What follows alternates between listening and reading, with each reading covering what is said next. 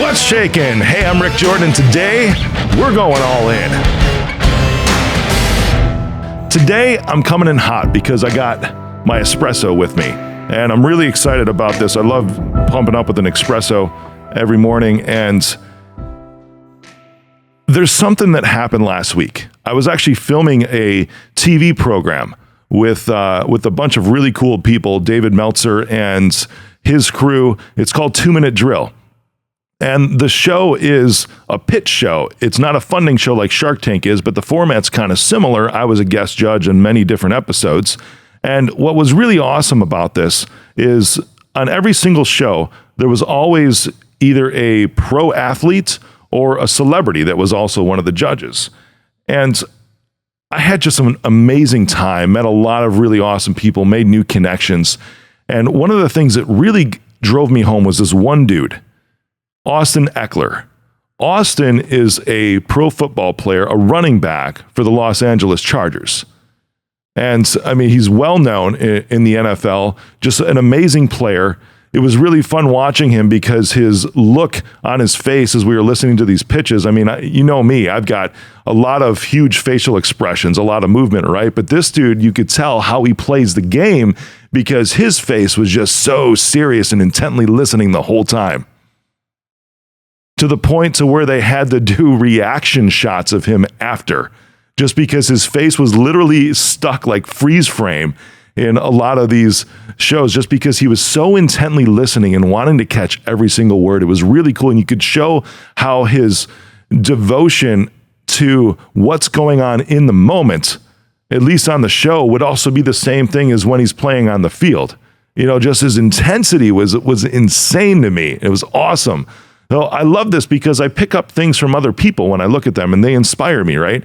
But the flip side is what I'm going to talk to you about today, because I didn't actually know what his age was, you know, and then I found out after we wrapped this one show that he's 27 years old. That's it. Just 27 years old.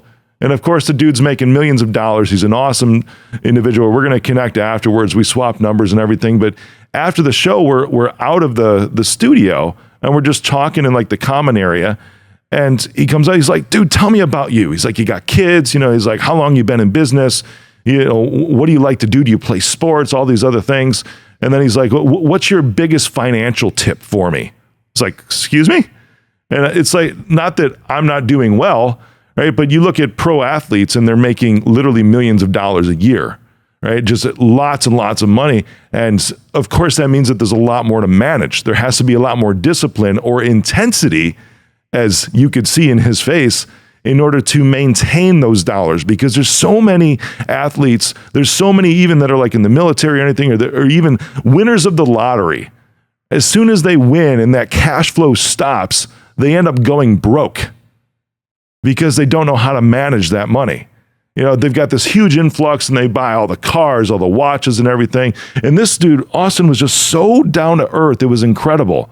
And then he says something to me. I'm like, my biggest financial tip. I'm like, have you heard of an IUL?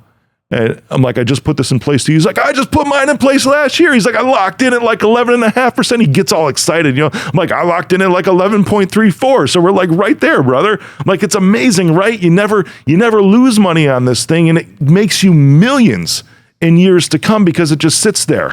And I'm like, dude, you got like, cause you're like 15 years younger than me. You've got another 15 years for this to cook, because this type of policy is it's a compound interest principle.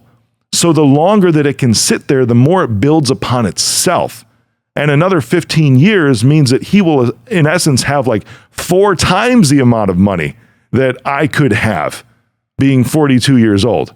Yeah, so we're talking some more and we're swapping some interesting business insights and everything. It's like, dude, it's like, I appreciate you.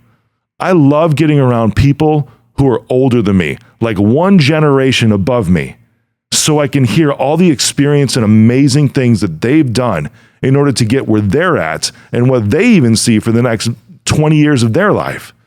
And this really struck me because I'm looking at it the same way now at this phase of my life. You know, back when I was mid-20s, I always thought that I was a little bit weird because I liked hanging around people in like their upper 30s and their 40s. And because I didn't see many other people doing that. And that's really like where my business coaches were that age. It's like I could always look up to them and see where they were at. And now, being in my early 40s, most of my mentors are in their 50s and 60s. It's because they're that one generation beyond me where they've seen more things than me, experienced more things than me, and even probably most important, made more mistakes than me. There's things that they've gone through that I can't even fathom yet, but they've seen it, or they've seen it in other people. And when Austin came up to me, he's like, I love getting around people who are older than me. At first I was like, man, now I feel like I'm old, because he said the phrase, but at the same time, I mean, he's like, dude, you look like your young 30s though, man. That's what I thought when I first saw you. I'm like, that's right. I'm going to maintain this look forever, I think. However, he's saying, I love being around these people who are just slightly beyond me in years because of wisdom that takes place. And I truly believe, I don't know if I've said this before, I truly believe that wisdom actually just starts to begin when you get into your 40s. And I look back because I don't think that I was wise in my 20s. I don't think that I was wise in my 30s. But now I'm starting to recognize and be more aware in my young 40s. That's a good phrase. I like that. In my young 40s, that I've actually seen a thing or two, done a three or four, and there's more for me to do that I can pull on this stuff now.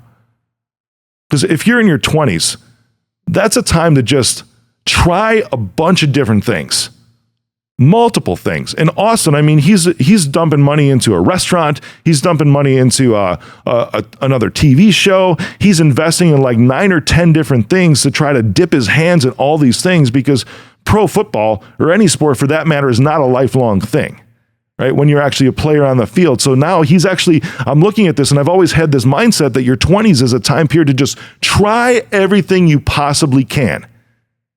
I don't believe, and I hate the fact that, at least in America, that in the US, that when you're 18 years old, you're expected to have it all figured out. You're expected to graduate from high school and then go to university, go to college, and know your major, decide in like a matter of literally 3 months, actually even before that, from when you end high school to when you start your higher education, to know what you're going to do for the next 60 years of your life.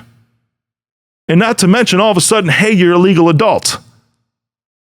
And you're expected to be fully responsible for all of your actions and also figure out what you're supposed to do for the rest of your life. And society places all this pressure on this demographic, this age, to just have it all together. I think it's stupid, because it's just, you've got so much time. And if wisdom doesn't start until you're in your 40s, because you haven't had the breadth of experiences yet, your 20s should be a time to where you try as many things as you possibly can. If that's professionally, personally, hobbies, whatever, just try everything that interests you, because there's so much time to recover from huge mistakes after that. And I actually kind of hope that you make some big mistakes, or that you learn from others' big mistakes so you don't have to make those same ones. There's nothing like making a mistake and being able to recover through it. I'm telling you, and you have to have time to be able to do that. I've made my own huge ones over the past 20 years. And then after your 20s, when you get into your 30s is a time to kind of like hone in on a couple of those. So you can start to filter out the things that you've tried that you're like, well, that sucked, or I suck at it, or this isn't something that really interests me anymore. And you can start to kind of hone in on these things and start to build a foundation for yourself. And then when you get to your 40s is really a time, and I'll never forget this, because a client told me, my very first client who owns 6 Buffalo Wild Wings, very first client for Reach Out, told me that, Rick, when you get to your 40s, that's the decade that is your busiest, it's your grind, you make the most money in your 40s. And I start to see this now with everybody that I meet. It's like the 40s is the year that things start to blow up for you, because you have put in all the mistakes. You've laid the foundation. You've tried all the things. You've honed in on something that you feel you actually want to do. And then when you get to your 40s, it's time to go all in on that thing and continue to crush it. And push and push and push and push until you can't push anymore. And then you still have that one more left in you. And then you get to your 50s and it's like, man, look at all this stuff. And then you can start to have your money, make money, and begin to just impart wisdom that you've gained through your 30s and your 40s into those that are younger than you, like Austin, and show him some cool things, and they can probably show you some cool things too. But there is no rush, none whatsoever, to think that if you're in your 20s, or you're 18 for that matter, or even in your early 30s, that you have to rush to try to figure these things out. I know there's this pressure from society around you, but the best tip that I can have for you is to get around those who are just like one generation above you, one generation beyond you in years. It's something that has imparted wisdom into my life, allowed me to accelerate faster than I could have on my own, and it was accentuated this week and brought back to my attention by hanging out with Austin Eckler when he's asking me for financial advice and business advice because I'm just 15 years older than he is. It was absolutely amazing. And when you get to that 40s, that's the time to go all in.